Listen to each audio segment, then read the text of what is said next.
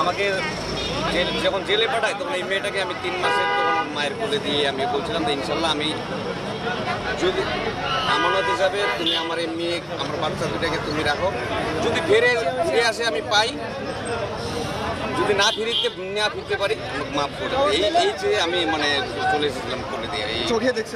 হ্যাঁ, অনেক মিস করছি বাবাকে, অনেক কিছু করতে পারিনি। অনেকেই ওর বাবার সাথে ঘুরে স্কুলে আসে, আমি পারিনি আমার বাবার সাথে। পারে না, কিন্তু আজকে বিনা দোষে জেলখানায় 17 বছর, আজকে স্ত্রী সন্তানরা পথের ভিখারি হয়ে গেছে। এই সাজা তো মিথ্যা, এবং এই নাটক এই যে ম্যাসাকার বিডিআর যে হত্যাকাণ্ড চালানো হয়েছে সে 2009 সালে, আমি চাই একজন নাগরিক হিসেবে, শুধু বিডিআরের সদস্য পরিবারের সদস্য হিসাবে নয়, দেশের নাগরিক হিসাবে আমি জানতে চাই যে প্রতিটা কালপিট, প্রতিটা ষড়যন্ত্রকারী দেশ এবং বিদেশে যেখানেই আছে তাদের চেহারাটা যেন আমরা জাতি হিসাবে জানতে পারি।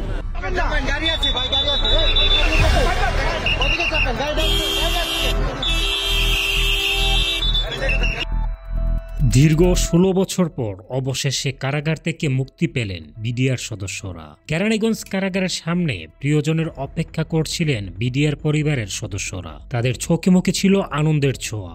জালিমের জুলুম থেকে যেন মুক্ত হলেন তারা। গত 16 বছর আগে পিলখানায় হওয়া বিডিআর হত্যাকাণ্ডের জন্য সাজা ভুগছিলেন তারা। দীর্ঘ অবসানের পর অবশেষে আজকে মুক্তি পেলেন তারা। বিডিআর জওয়ানদের এই মুক্তির পিছনে সবচেয়ে বেশি যাদের অবদান তারা আর কেউ নয়, একজন সবার প্রিয় সাংবাদিক ইলিয়াস হুসাইন এবং আরেকজন হলেন পিনাকি ভট্টাচার্য। তাদের অক্লান্ত পরিশ্রমে অবশেষে মুক্তি পায় নিরপরাধ এই বিডিআর সদস্যরা। এই মুহূর্তে কারাগারের সামনে উপস্থিত আছেন বিডিআর পরিবারের সদস্যরা। কেমন অনুভূতি হচ্ছে তাদের এখন, চলুন শুনে আসি তাদের মুখ থেকে। ভুক্তভোগী বিডিআর সদস্যদের মুখ থেকে শুনবো কি ঘটেছিল তাদের সাথে।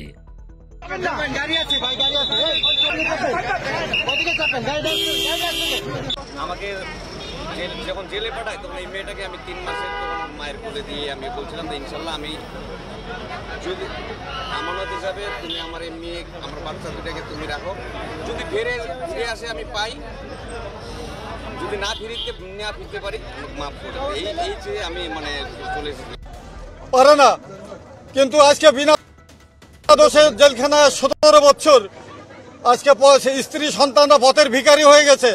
যাই হোক, আমরা যাতে সরকারের কাছে আকুল আবেদন যাতে আমরা পেনশন পাইতে পারি, যাতে বাকি জীবনটা বেঁচে থাকতে পারি। আজকে আমার 65 বয়স, এটাই আপনাদের কাছে আমার অনুরোধ এবং দেশবাসীর কাছে অনুরোধ।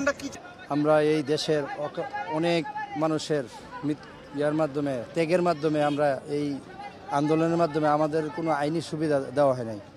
যাকে সরকার, ফ্যাসিস্ট সরকার পতনের পরে আমরা আইনি সুবিধা আল্লাহর রহমতে আমরা যাবেন বেশি আজ আমরা মহা খুশি। আমরা যেন পরবর্তীতে আমাদের সকল কার্যক্রম যাতে আইনি সুবিধা পাই, সেজন্য দেশবাসীর কাছে আকুল আবেদন। দীর্ঘ 16 বছর পর হয়তোবা স্ত্রী ফিরে পেয়েছে তার স্বামীকে, সন্তান ফিরে পেয়েছে তার বাবাকে, আবার কোনো হতভাগা মা ফিরে পেয়েছে তার সন্তানকে। আর সেজন্যই কারাগার থেকে মুক্তি পাওয়ার পরেই সবাইকে এভাবে বুকে জড়িয়ে ধরে সান্ত্বনা নেওয়ার জন্য চেষ্টা করছেন ভুক্তভোগী বিডিআর সদস্যরা। ঠিক এটা যেন একটি পারিবারিক মিলন মেলা।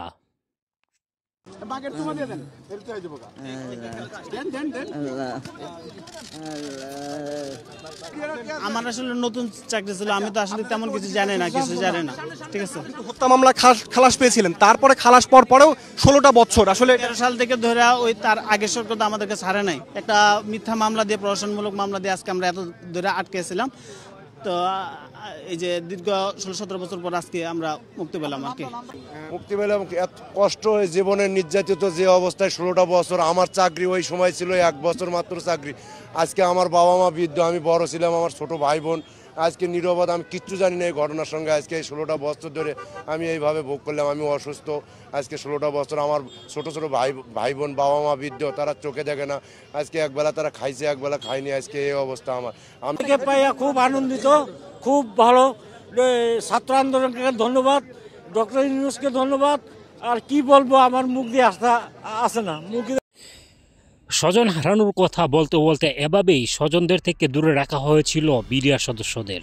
স্বৈরাচার শেখ হাসিনার সেই প্ল্যান যেন বাস্তবায়ন করার চেষ্টা করছিল ইন্ডিয়া।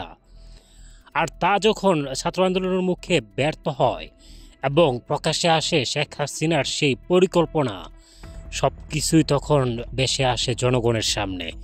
কেমন ছিল সেই সময়টা, এতটা দিন স্বজনদের ছেড়ে কেমন ছিল তারা জেলখানার ভেতরে। আপনারা এতক্ষণ শুনছিলেন সেই কথাগুলো, আপনারা হয়তো বা আন্দাজ করতে পারছেন স্বজন হারার বেদনা তো আমরা শুনতে শুনতে অভ্যস্ত হয়ে গেছি। সেই স্বজন হারার বেদনা আসলে কতটা কষ্টের একমাত্র হয়তো বা বিডিআর সদস্য যারা রয়েছেন তারাই ভালো করে বুঝতে পারছেন। আমরা বিডিআর সদস্যদের এখানে চোখের পানি দেখি না, রুমাল দিয়ে নাক মুছতেও দেখি না, কিন্তু তারপরও কিন্তু তাদের রয়ে গেছে স্বজন হারানোর বেদনার কষ্ট। কেউ মাকে হারিয়েছে জেলখানার ভিতরে থেকেই, কেউ বা তার স্ত্রীকে হারিয়েছে, কেউ বা আবার নিজেই মারা গিয়েছে।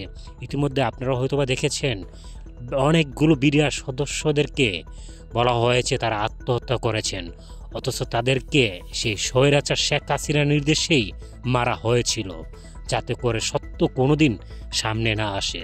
অবশেষে সত্য ঠিকই সামনে আসছে এবং এটাই বাস্তবতা। সত্য আজ না হয় কাল বের হয়ে আসবেই। আজ শেখ হাসিনা বাংলাদেশ থেকে বিতাড়িত, কিন্তু এই জুলুমের শিকার বিডিআর সদস্যরা ঠিকই তার জন্মভূমিতে রয়েছে। সে শেখ মুজিব থেকে শেখ হাসিনা পুরো পরিবারেও যেন স্বৈরাচারে, সে শেখ মুজিব থেকে শেখ হাসিনা পুরো পরিবারেও যেন স্বৈরাচারে ভরা। শুধু বিডিআর জওয়ানদেরকে নয়, এই স্বৈরাচার শেখ হাসিনার শাসনামলে বাংলাদেশ হারিয়েছে তার সূর্য সন্তানদের, ঠিক যেমনটি করেছিলেন তার বাবা শেখ মুজিবুর রহমান। আপনারা ইতিমধ্যে ইলিয়াস হোসেনের একটি লাইভে মেজর ডালিমের মুখ থেকে শুনেছিলেন তার বাবা শেখ মুজিবুর রহমান কতটা ভয়ঙ্কর ছিল, আর তার মেয়ে বা তার চেয়ে কত গুণ বেশি ভয়ঙ্কর। বিডিআর জওয়ানদের মতো গুম করা হয়েছিল তখনকার বিএনপির অনেক নেতাকর্মীদের এবং জামায়াত শিবির বলে নৃশংসভাবে হত্যা করা হয়েছিল অসংখ্য মানুষকে, কখনো বা সাদা পোশাকে, কখনো বা কালো পোশাকে, কখনো বাসা থেকে, কখনো রাস্তাঘাট থেকে তুলে নেওয়া হতো যে কোনো মানুষকে। পরে তাদেরকে কিভাবে নির্যাতন করা হতো, কিভাবে তাদেরকে হত্যা করা হতো, সেই আয়না গড়ে রেখে তার কাহিনী, তার দৃশ্য অবশ্যই আপনারা দেখেছেন ছাত্র আন্দোলনের পরে। সত্য ঠিকই প্রকাশ পেয়েছে এবং স্বজন হারানোর বেদনা ঠিকই দেশ থেকে পালিয়েছে। শুধু মধ্যবর্তী সময়ে যে কষ্টটুকু দিয়েছে সেই কষ্ট হয়তোবা বাঙালি জাতি কখনো বলতে পারবে না। বিশেষ করে যেসব ফ্যামিলি তাদের আপনজন হারিয়েছে